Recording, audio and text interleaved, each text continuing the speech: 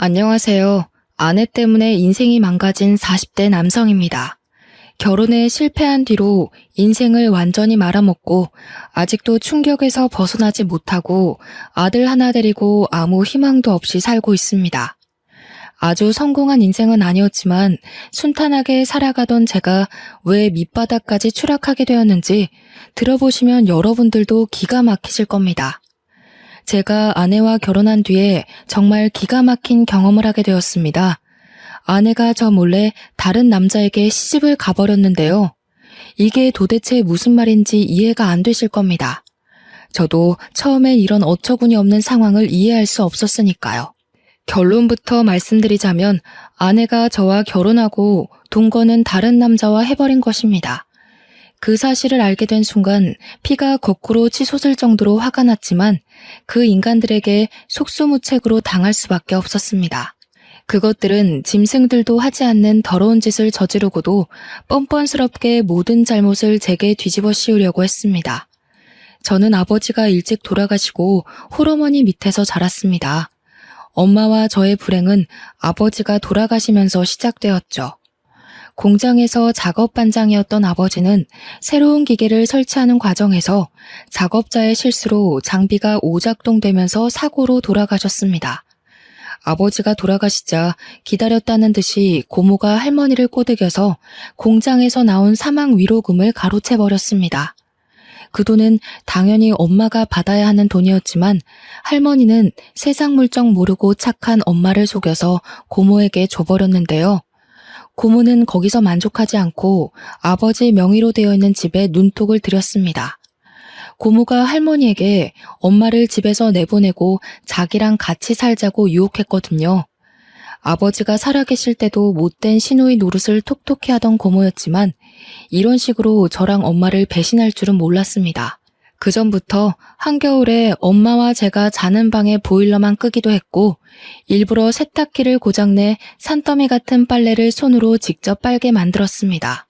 할머니는 그런 모습을 보고 동정하기는커녕 엄마가 힘들다고 울상을 지으면 나가라는 말만 하셨습니다. 그렇게 힘들면 나가야지. 굳이 왜 여기 버티고 서 있어? 아범이 이제 이 세상 사람도 아닌데 너도 더 늦기 전에 경수 데리고 네 갈 길 가라. 하지만 엄마는 나갈 수 없었습니다. 할아버지는 돌아가시기 전에 집을 아버지에게 주셨기 때문에 어떻게든 재산 분배를 하려고 했죠. 땡전 한 푼도 없었기 때문에 어쩔 수 없었습니다. 엄마가 집에서 안 나가고 버티고 있던 그 해에 유독 눈도 많이 내렸습니다. 수십 년 만에 강추위라고 뉴스에 보도되던 때였죠. 지금도 그 추위가 생각날 만큼 엄청 추웠습니다. 그런 한겨울에도 집이 탐이 난다는 이유 하나만으로 고모는 할머니를 앞세워서 엄마와 저를 집에서 쫓아내려고 했습니다. 그럴 때마다 엄마가 나서서 애원하듯 말하였는데요.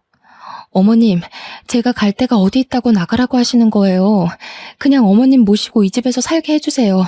어머님이 하라는 집안일 묵묵히 잘해오고 있잖아요.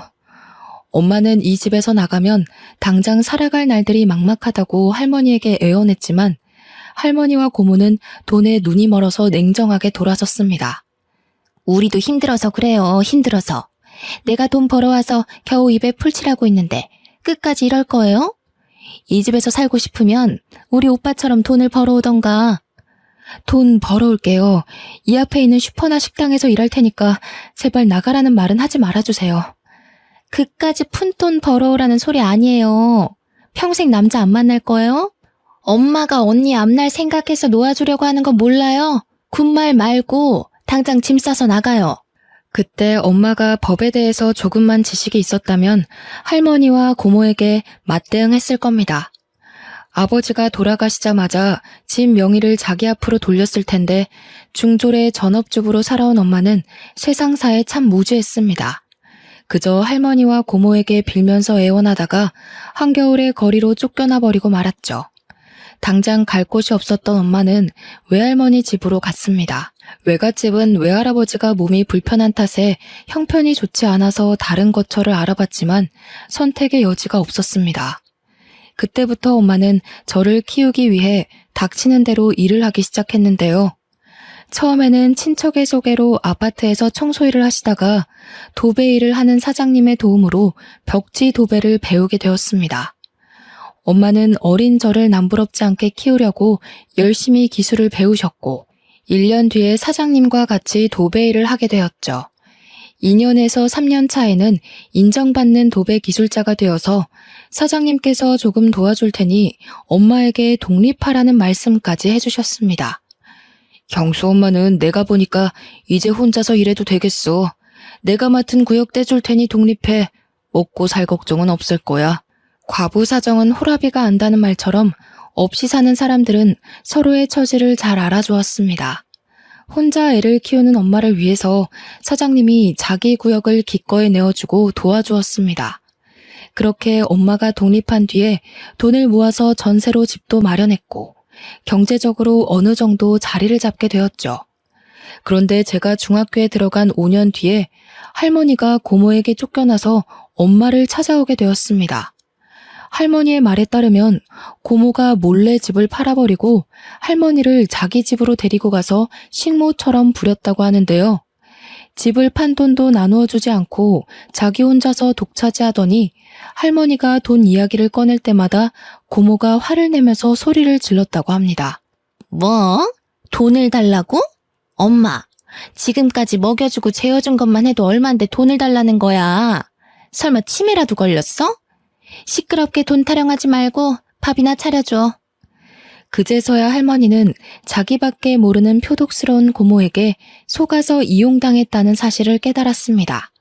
게다가 고모부는 알코올 중독 기질이 있어서 매일 술에 취해 난동을 피워서 집안이 하루도 조용할 날이 없었을 겁니다. 고모와 고모부는 매일 서로 욕을 하면서 싸웠고 가재 도구들도 부서졌거든요. 그날도 고모가 고모부에게 얻어맞았는지 분을 참지 못하고 할머니에게 손찌검까지 했다고 합니다. 고모의 폭력이 날이 갈수록 심해져서 할머니는 그 집에서 더 있다가는 죽을 수도 있겠다는 생각이 들었다고 하죠. 그 길로 도망을 치듯이 빠져나와서 엄마를 찾아왔다고 하는데요. 저는 할머니를 내쫓았으면 했지만 할머니가 울면서 용서를 비니까 마음이 약한 엄마는 할머니를 받아주었습니다. 그렇게 불편한 동거를 몇 년 동안 지속하다가 제가 고등학교를 졸업할 무렵에 할머니가 세상을 떠나셨어요. 엄마는 고모에게 장례식에 오라고 연락을 했지만 고모는 전부 다 무시했습니다. 그래서 저희는 할머니가 돌아가신 뒤로 고모와의 인연을 완전히 끊어버렸어요. 몇 년이 지나 대학에서 경영학을 전공하게 된 저는 전자제품에 들어가는 부품을 만드는 작은 중소기업에서 일하게 되었습니다. 처음에는 영업팀에 발령이 나서 근무를 시작했는데요. 저희 회사 부품을 납품하는 거래처를 관리하는 일이 주 업무였습니다. 사람을 상대하는 일이다 보니 술자리가 아주 잦았죠. 그런데 저는 술을 전혀 마시지 못했습니다. 소주 한 잔만 마셔도 얼굴이 벌겋게 달아올랐고 온몸에 두드러기 같은 발진이 돋아나는 특이 체질이었거든요. 그래서 영업 때문에 가져야 하는 술자리가 언제나 부담이 되었습니다. 거래처의 간부들이 술잔을 따라주려고 하면 사정을 설명하면서 정중하게 거절하는 것도 눈치가 보이는 일이었죠. 그래서 영업팀의 최고 술상무였던 팀장이 나서서 저 대신 술잔을 받기도 하였습니다. 그러다 새로운 납품 회사를 뚫어서 담당자들끼리 인사를 하는 회식 자리를 갖게 되었습니다. 새 거래처의 팀장이 술고래에 융통성이라고는 전혀 없어 보이는 깐깐한 사람이었는데요. 그날도 저한테 술잔을 쥐어주며 술을 강요하기 시작했습니다. 어허, 세상에 술 못 마시는 사람이 어딨어? 그러지 말고 한 잔만 받아. 한 잔 마신다고 죽어? 죽냐고. 아이 얼른 마셔보래도. 팀장이 술에 취해서 제가 하는 말을 귓등으로도 듣지 않았습니다. 결국 더 이상 거절하지 못하고 술을 마셨는데 팀장이 계속해서 술을 권하더라고요. 결국 얼굴과 목에 심한 두드러기가 돋아올라서 힘이 들었습니다. 제가 병원에 가야 할 것 같다고 말해서 저 때문에 술자리 흥이 박살나고 말았죠. 이 일을 계기로 영업팀장과의 면담 자리에서 다른 부서로 보내주겠다는 말까지 듣게 되었습니다. 경수, 너 저번에 보니까 안 되겠더라. 우리 부서가 술자리에 꼭 참석해야 하는데 술을 못 먹으니까 영 분위기가 안 잡히더라. 너도 힘들었지? 적성에 안 맞는 것 같으니까 적당한 부서로 옮겨줄게.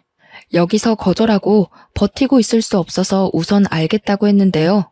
얼마 후에 회사의 회계를 맡은 부서로 발령을 받게 되었습니다. 늘 숫자와 씨름해야 하는 머리 아픈 업무였죠. 면접 볼 때 회계 공부를 한 적이 있다고 말한 걸 기억하고 있었는지 비전공자인 저보고 직접 부딪히면서 일해보라고 하더군요. 중소기업은 다 똑같은 것 같습니다. 사람이 안 구해지는 것 같으니까 아무 인력이나 집어넣어보고 아님 말고식이었는데요. 다행히 회계 공부에 흥미가 있었던 저는 공부를 하면서 회사를 다녔습니다.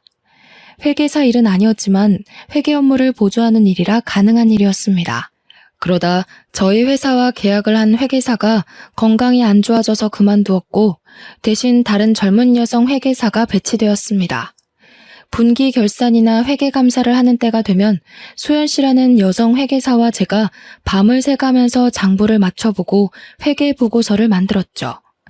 그렇게 사이가 친해지다 보니 소연 씨가 다른 회계사들과 참 다르다는 느낌을 받았습니다. 전임 회계사는 모든 업무를 제게 떠넘기고 자기는 형식적으로 검토만 하고 사인했거든요. 그러다가 문제가 생기면 책임을 전부 제게 떠넘겼습니다. 하지만 소연 씨는 엄청난 양의 회계 관련 문서들을 같이 검토했고 의문점이 생기면 제게 물어보면서 보고서를 만들었습니다. 저는 저보다 좋은 대학을 나오고 똑똑하지만 한편으로 검소한 소연 씨가 마음에 들었습니다. 제가 마음의 문을 여니 소연 씨와 업무 외에 사적인 대화도 하게 되었는데요. 소연 씨에게 왜 30이 되도록 사귀는 남자가 없는지 궁금하다고 물으니까 분위기가 이상해지더라고요. 소연 씨는 사귀는 사람 없어요? 남자라면 누구나 소연 씨를 좋아할 텐데 왜 아직 싱글로 남아있는지 모르겠네. 예전에 결혼을 약속한 사람이 있었는데 사고가 있었어요. 지금은 이 세상 사람이 아니에요. 소연 씨에게는 대학 시절부터 사귀던 애인이 있었는데 사고로 세상을 떠난 것 같더군요. 대학교 1학년 때부터 같은 과 선배와 사귀면서 결혼을 약속했었다고 합니다. 그런데 결혼식 한 달을 남겨두고 등산에 갔다가 사고를 당해 허망하게 죽었다고 하네요. 그 말을 해주면서 소연 씨의 낯빛이 무척이나 어두워졌습니다. 그 뒤로 남자를 만난 적도 없고 열심히 일만 하면서 살아왔네요. 이제 더 이상 누굴 만날 자신이 없어요. 상처받을까봐 무섭기도 하고. 아니에요, 소연 씨. 굳이 결혼은 안 하더라도 연애는 해야죠. 소연 씨라면 좋은 사람 만날 수 있을 거예요. 저는 이미 소연 씨에게 호감이 있는 상태라서 오히려 트라우마를 보듬고 치유해주고 싶었습니다. 제가 그 후로 적극적으로 저녁 먹자고 하고 주말에도 만나자고 하니까 조금씩 호감을 보이면서 닫혀있던 마음의 문을 열기 시작했습니다. 그렇게 몇 달이 지났을까요? 정식으로 교제를 시작하면서 큰 문제가 생기기 시작했습니다. 소연이 부모님이 대학 교수이셨거든요. 게다가 소연이가 외동딸이라서 저를 엄청 안 좋아하셨습니다. 하긴 대학 교수 집안이 아니더라도 별 볼 일 없는 저를 사윗감으로 못마땅하게 생각하는 건 당연한 일이었죠. 하지만 소연이는 끝까지 저를 포기하지 않고 시댁으로 끌고 가 결혼을 전제로 만나는 걸 허락받으려고 하였습니다. 그런데 장모님께서 소리를 지르면서 반대하셨는데요. 아버지도 없고 직업도 변변치 않은 놈이 뭐가 좋다고 결혼을 하겠다는 거냐? 절대 안 돼. 내가 아주 괜찮은 신랑감 골라줄 테니까 당장 헤어져. 장모님께서 자기 눈에 흙이 들어가기 전까지 절대 결혼을 허락할 수 없다고 폭언을 내뱉으셨습니다. 서로에 대한 사랑 하나로 인연을 버텨왔지만 장모님께서 저랑 헤어지지 않으면 호적에서 파버리고 의절하겠다는 경고를 하셔서 저희 사이도 멀어졌죠. 그날 이후로 연락이 뜸했다가 수연이가 먼저 연락해서 헤어지자고 하였습니다. 우리 이제 그만 정리해야 할 것 같아. 이렇게 부모님이 반대하는데 결혼하면 불행할 거야. 그러니까 오빠도 더 이상 나 만나려고 하지 말고 좋은 사람 만나. 예견했던 일이었습니다. 수연이가 눈물을 흘리면서 말하길래 가만히 고개를 끄덕이다가 등을 돌렸죠. 어차피 소연이와 저는 어울리지 않았습니다. 몇 달 뒤에 집안 배경이 좋은 변호사를 만나 결혼했다는 소식을 들으니까 저랑 어울리지 않는 여자였다는 생각이 더욱더 강력하게 들더군요. 소연이는 당연히 회사 사람들에게 결혼 소식을 알리고 퇴사하였습니다. 실연을 당한 게 티가 났는지 자꾸만 실수를 하자 회계팀장이 제게 면담을 하자고 하였습니다. 그리고 제게 생각을 정리할 시간이 필요해 보인다고 했죠. 그래, 너도 소연 씨 그만둔 거 알고 있지? 지금 일이 손에 안 잡힐 거야. 생각 같아서는 한 달 정도 휴가를 끊어주고 싶은데 그럴 수는 없고 일주일만 쉬다가 돌아와.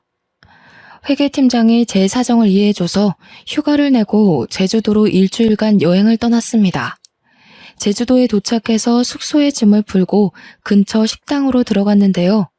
서빙을 하던 여성이 저를 보고 환하게 웃어주더라고요. 안녕하세요. 딱 보니까 이 동네 사람은 아닌 것 같은데. 저희 식당 처음 오셨어요? 네, 이제 막 제주도에 도착했는데 여기는 뭐가 맛있나요? 전부 다 맛있지만 흑돼지 백반이 최고 인기 메뉴예요. 그걸로 드릴까요? 네, 그걸로 주세요. 서빙을 하던 여성이 추천해주던 대로 제주도 흑돼지 백반을 시켰는데 양이 정말 푸짐하고 맛도 좋더라고요.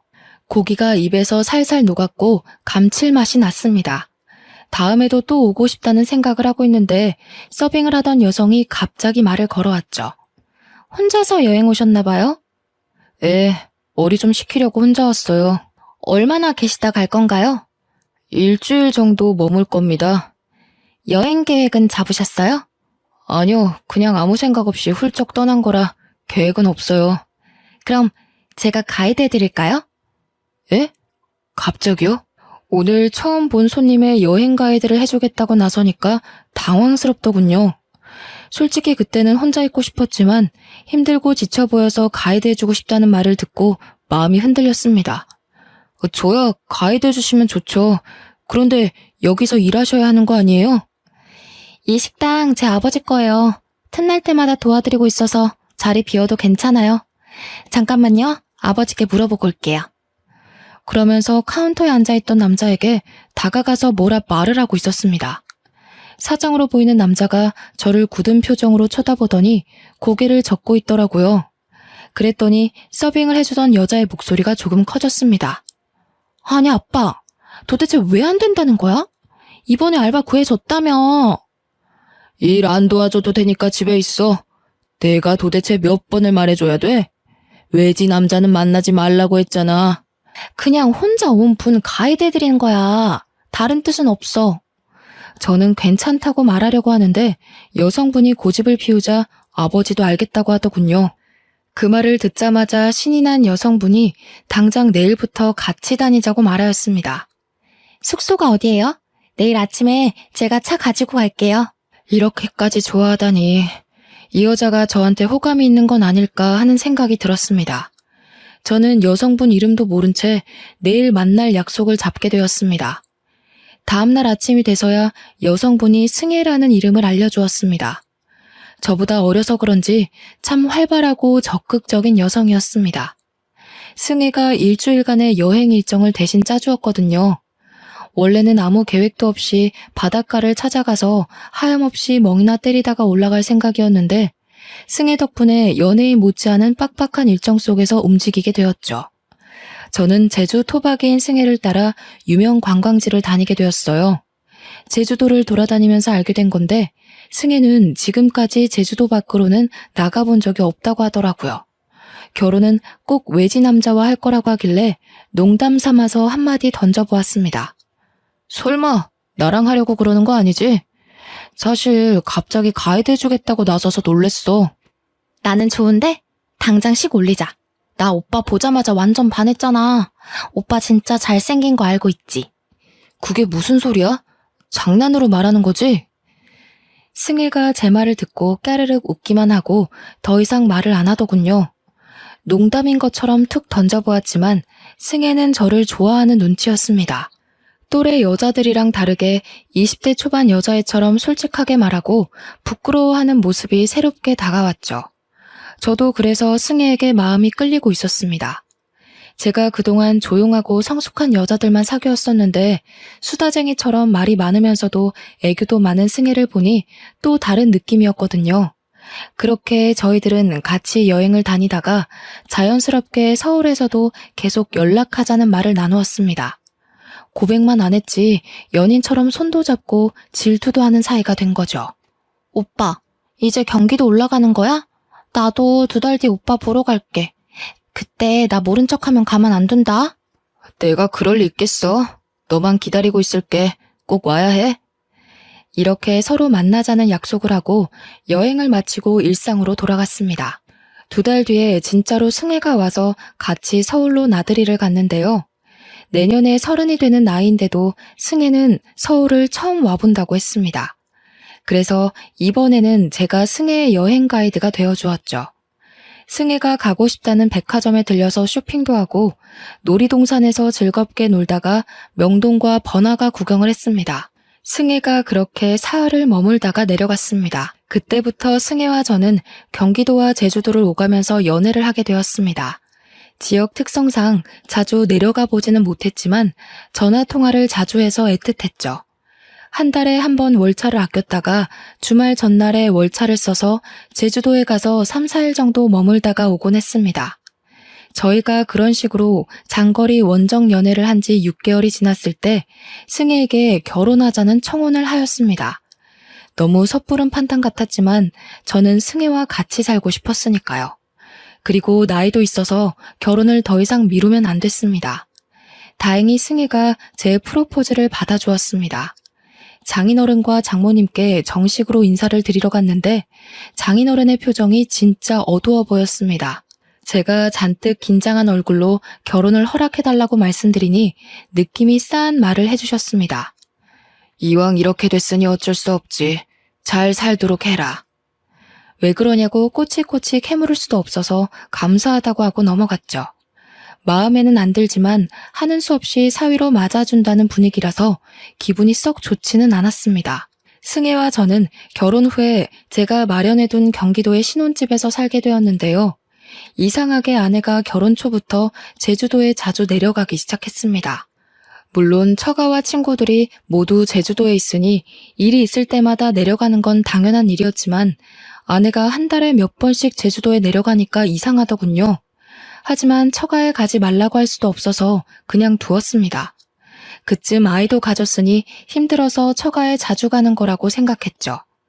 그렇게 2년이 흐른 뒤에 저희 아들 돌잔치 날이 다가왔습니다. 아내가 퇴근하고 돌아온 저를 붙잡고 돌잔치를 제주도에서 하자고 하더라고요. 여보, 우리 돌잔치 제주도에서 할 거지? 아버지가 친척들 전부 모시고 우리 식당에서 하고 싶대. 그래? 마침 그때가 여름 휴가철이니까 여행 겸해서 내려가서 푹 쉬었다가 오자. 아들의 돌잔치 날을 위해 월차까지 내고 제주도로 내려갔는데요. 그날 아내의 동네 친구라는 남자를 만나게 되었습니다. 여보, 인사해. 어릴 때부터 같이 자란 동네 오빠야. 처음 뵙겠습니다. 장수철이라고 합니다. 예, 반갑습니다. 김경수라고 합니다. 돌잔치 준비하기도 바빠 죽겠는데 아내가 아는 오빠를 소개해주겠다고 했을 때 약간 당황스럽긴 했습니다. 게다가 아무리 친한 오빠라고 하더라도 남편에게 알고 지냈던 남자를 소개해준다는 건 흔한 일이 아니잖아요. 하지만 제가 보수적인 거라고 생각했습니다. 아내가 장수철이라는 남자를 진짜 친구라고 생각하는 거라며 이해해보려고 했죠. 수철 씨는 민박집을 운영하고 있다며 처가까지 가지 말고 민박집에서 묵고 가라고 하였습니다. 처가 좁은 거 알고 계시지? 거기서 잠자고 하려고 눈치 보일 텐데 모처럼 오셨는데 저희 집에서 하루 묵었다 가시죠. 수철 씨가 처가의 집 크기까지 알고 있는 게 찝찝했지만 제주도에 머무는 동안 그곳에서 며칠 지내기로 하였습니다. 수철 씨는 친절하게 민박집 하나하나를 구경시켜주면서 설명해주더군요. 덕분에 관심도 없던 아내의 친한 오빠의 취미 생활까지 알게 되었습니다. 조개 껍데기가 가득 있는 방안을 보여주길래 멋지다, 근사하다는 말로 대충 대꾸해 주었죠. 무언가 봐달라는 눈치였지만 안 그래도 돌잔치 준비 때문에 지쳐있는 상태였습니다. 관심도 없는 조개 껍데기 구경할 시간이 없어서 얼른 돌잔치 장소로 넘어갔는데요. 돌잔치를 마치고 저는 회사 일 때문에 다시 경기도로 올라갔습니다. 아내는 제주도에 더 있겠다고 하더니 2주 뒤에 올라왔습니다. 그날 이후로 아내가 점점 제주도에 머무는 시간이 길어졌습니다. 여보, 다음 주에 제주도 가서 보름만 있다가 올게.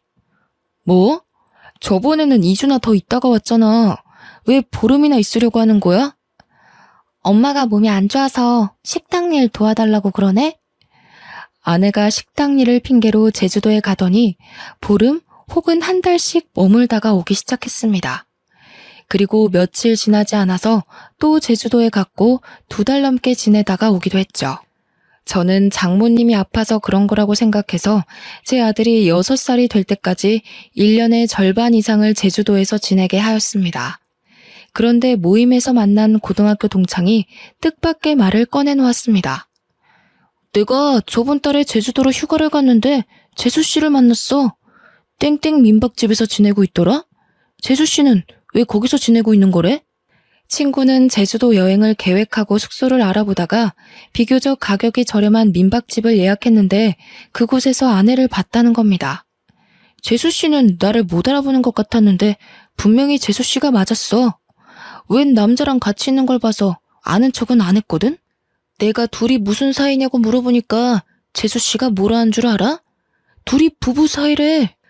우리 와이프가 거기 있을 리가 없잖아. 네가 잘못 본 거야. 와이프가 거기서 지내더라도 왜 부부 사이라고 했겠어. 우리 와이프 얼굴 까먹은 거 아니야? 저는 친구의 말을 끝까지 믿지 않았습니다. 친구 녀석이 아내를 본 건 7년 전 결혼식장에서 본 게 전부였으니까요. 비슷한 여자를 아내로 착각했을 거라고 생각했죠. 그런데 동창 녀석이 저를 붙들고 확인해보라고 난리를 피웠습니다. 야, 네가 맨날 프로필 사진 가족 사진으로 해놓는데 내가 그걸 모르겠냐? 내가 눈썰미 하나는 끝내주니까 한번 확인만 해봐라. 내가 걱정돼서 그래. 저는 미친 소리 하지 말라고 딱 잡아떼기는 했지만 신경이 쓰이긴 하였습니다. 아내한테 어떻게 말해야 할까 고민하는 사이 제주도에 있던 아내와 아들이 경기도로 돌아왔습니다. 그리고 혹시나 하는 마음에 짐들을 뒤져보았는데요. 제주도에서 몇 주 머물다 돌아온 아들의 주머니에서 의외의 물건을 발견해서 아내가 뭔가 감추고 있다는 확신이 들었습니다. 그래서 제가 아들에게 주머니 속에 든 조개 껍데기가 뭔지 물어보았죠. 아들, 이거 제주도에서 주워온 거야? 누가 준 건 아니고? 누가 준 건 아니고 민박집 아저씨 집에서 가지고 왔어. 민박집 아저씨? 설마 그 장수철 아저씨? 아들 녀석이 맞다고 고개를 끄덕이길래 조개 껍데기를 자세하게 들여다보았습니다. 아니나 다를까 조개 껍데기에는 아내의 이름이 선명하게 새겨져 있더군요. 그때 장수철이 운영하고 있는 민박집 방안이 떠올랐습니다. 자기가 특별한 취미를 가지고 있다며 조개 껍데기를 보여주었거든요. 그때는 조개 껍데기가 너무 많고 관심도 없어서 대충 칭찬만 해주고 나온 기억이 있습니다. 그런데 이런 조개 껍데기를 떡하니 두고 저한테 구경을 시켜주었다니 아주 저를 농락한 셈이었죠. 그래서 저는 둘의 사이는 보통 사이가 아닐 거라고 생각했습니다. 저는 아들에게 제주도에서 어떻게 지내왔는지 자세하게 물어보았는데요. 아들의 입에서 충격적인 말이 나와서 지금도 잊을 수가 없습니다. 제주도 가면 항상 그 아저씨 집에서 지냈어. 나는 맨날 딴 방에서 잤고 엄마는 맨날 그 아저씨랑 자는 것 같던데? 아들의 말을 듣는 순간 하마터면 욕설을 내뱉을 뻔했습니다. 민박집을 하고 있는 그놈은 아내와 친한 오빠가 아니라 내연남이었던 거죠. 아내는 제주도에 살고 있는 내연남을 만나기 위해 거짓말을 하고 제주도에 갔던 것입니다. 그것도 아들을 데리고 장수철이 지내고 있는 민박집에서 동거를 했다는 사실을 알고 분노가 치밀어 올랐습니다. 당연히 아내에게 가서 왜 이런 짓을 저질렀냐고 따졌는데요. 아내가 처음에는 무슨 말도 안 되는 소리를 하냐며 아니라고 펄쩍 뛰었습니다. 그랬더니 아들놈이 고개를 갸웃거리며 진실을 이야기해 주더군요. 엄마, 왜 거짓말을 해? 그 아저씨 민박집 아니면 안 된다고 했잖아. 내가 할아버지 집에 가자고 해도 아저씨 집에 가서 사랑한다고 뽀뽀도 하는 거 봤어. 엄마가 나한테 아빠도 사랑하고 아저씨도 사랑한다고 해놓고 거짓말하면 안 돼. 아들의 말을 듣고 저는 화가 치밀어 올라 얼굴이 빨개졌고 아내의 얼굴에서는 핏기가 사라져가고 있었습니다. 저는 아들에게 방에 들어가 있으라고 한 다음에 아내의 뺨을 후려갈겼죠. 네가 진짜 제정신이야? 애를 데리고 다니면서 바람을 피워? 어떻게 자식이 보는 앞에서 그런 더러운 짓을 해? 네가 그러고도 인간이야? 아니, 그렇다고 뺨을 때려? 당신 미쳤어? 정우한테도 이런 식으로 알아냈지? 정우가 말할 애가 아닌데 이상하게 당신한테 다 말했더라. 설마 정우 때렸어? 너야말로 머리가 어떻게 된 거 아니니? 내가 정우를 때렸겠어? 정우가 당신 바람 피는 거 보고 정 떨어져서 나한테 털어놓은 거겠지. 우리 정우가 그럴 리 없어. 당신이 자꾸 때리니까 거짓말까지 한 거겠지. 나 정우 앞에서 떳떳해. 당신이 나한테 이럴 자격 없다고. 뭐? 그러면 상간남 소송이랑 이혼 소송 둘 다 시작해봐? 네가 그렇게 떳떳하면 판사님한테 물어보자. 누가 더 떳떳하나? 그래, 그렇게 하자. 증거도 없는데 무슨 수로 소송을 해? 당신 진짜 또라이 아냐? 또라이? 그래, 또라이가 뭔지 보여줄게. 비켜, 비키라고. 당신이 잘못할 때까지, 털어놓을 때까지 다 거덜낼 거야. 제가 난동을 피우면서 집안 살림을 하나씩 부수기 시작하니까 그제서야 아내가 제 바짓가랑이를 붙잡으며 울음을 터뜨렸습니다. 여보, 잘못했어. 그만해. 그만하라고. 나도 어쩔 수가 없었어. 아버지가 반대하는 바람에. 제가 추궁하니까 아내는 모든 걸 체념하고 왜 이런 말도 안 되는 짓을 저질렀는지 털어놓더군요. 장인어른이 아내를 제주도 밖으로 못 나가게 하고 집착해서였다고 합니다. 아내는 섬이 답답하고 싫어서 육지로 나가고 싶다고 하자 장인이 바로 반대했죠. 승혜, 네가 육지로 나가버리면 이 식당은 누가 운영하니? 뻘소리 하지 말고 넌 수철이랑 결혼해서 식당 물려받을 생각이나 해라. 아빠, 난 누가 뭐라 해도 서울로 갈 거야. 수철 오빠랑 결혼해도 서울로 갈 거라고. 뭐? 서울은 무슨 서울이야? 네가 서울에서 살 돈은 있어? 아빠도 돈이 없어서 서울은 안 된다고 했잖아. 아니, 내가 되게 만들 거야. 꼭 이 지긋지긋한 제주도 빠져나갈 거라고. 아내가 제주도를 떠나겠다고 고집하자 수철이라는 남자랑도 다퉜다고 하죠. 사귀던 남자와 사이가 소홀해지자 아내가 외지 여행객들이 많이 오는 식당에서 일을 하면서 괜찮은 남자를 물색했던 겁니다. 제주도를 떠나고 싶어하는 아내의 속셈을 잘 알고 있던 장인은 저와 결혼하겠다고 했을 때 못마땅하게 생각했던 것인데요. 아내가 처음부터 제게 친절하게 대하면서 가이드를 해주겠다고 한 것도 저를 꼬셔서 제주도를 벗어나 보려는 속셈이었습니다. 결국 장인어른이 아내에게 두 손 두 발을 들고 저와의 결혼을 허락해 주었죠. 그런데 아내는 수철이라는 남자랑 다시 연락이 닿아서 연인 관계로 발전하고 말았습니다. 한마디로 결혼은 저와 하고 동거는 그놈과 했던 것입니다. 이제 모든 걸 알았으니 결판을 내야만 했습니다. 저는 당장 제주도로 내려가서 장인을 만나서 자초지종을 따져보았죠. 그런데 장인은 뻔뻔한 태도를 보여주었습니다. 자네 기분이 상했다면 내가 사과할 테니까 없던 일로 하게. 나도 딸애가 그럴 줄 알았나? 중간에 알았지만 이혼할 것 같아서 입 다물고 있었네. 저는 장인의 몰상식한 말에 소리를 지르고 말았는데요. 장인어른, 이게 사과하면 끝날 문제라고 생각하세요? 제 가정이 깨졌고 인생이 끝났단 말입니다. 확실하게 책임지셔야 합니다. 제가 그렇게 만들 거예요. 이런 식으로 씩씩대면서 처가를 나와서 장수철이 운영하는 민박집으로 차를 몰고 갔습니다. 민박집에서 만난 그놈은 어처구니 없는 변명을 짓거려 놓았죠. 승혜를 너무 사랑해서 제 곁에 두고 싶어서 그랬어요. 정말 죄송합니다. 먼저 연락해서 승혜를 흔들어 놓은 제 잘못입니다. 제발 용서해 주세요. 뭐 어쩌고 저째? 사과하면 다야? 무릎 꿇고 싹싹 빌어도 절대 용서 못해. 네가 내 인생 망친 것처럼 나도 네 인생 망가뜨릴 거라고. 두고 봐. 내가 바로 송장 보낼 테니까 딱 기다리고 있으라고. 이제 더 이상 안 만나겠습니다. 연락 끊고 조용히 살겠습니다. 사과하고 안 만나겠다는데 도대체 왜 그러십니까? 예? 그놈도 장인어른과 마찬가지로 그냥 사과만 하면 끝날 거라는 착각을 하고 있었습니다. 말이 안 통하는 인간들에게는 법대로 하는 수밖에 없죠. 그래서 아내를 상대로 이혼 소송을 했고 그놈에게도 소송을 통해서 불륜의 책임을 물게 했습니다. 처가 쪽은 위자료와 아들의 양육비를 감당하기 위해서 전 재산인 식당을 처분해야 했고 장수철 그놈은 민박집 문을 닫았는데요. 소송을 하고 나서 혹시나 하는 마음에 아들 녀석의 친자 검사를 했습니다. 다행히 아들은 제 자식이 맞았습니다. 그러던 와중 아내에게서 기가 막히는 연락을 받기도 했죠. 여보, 당신이 하라는 대로 다 할 테니 제발 식당만은 돌려줘. 부탁이야. 이러다 우리 다 굶어 죽겠어.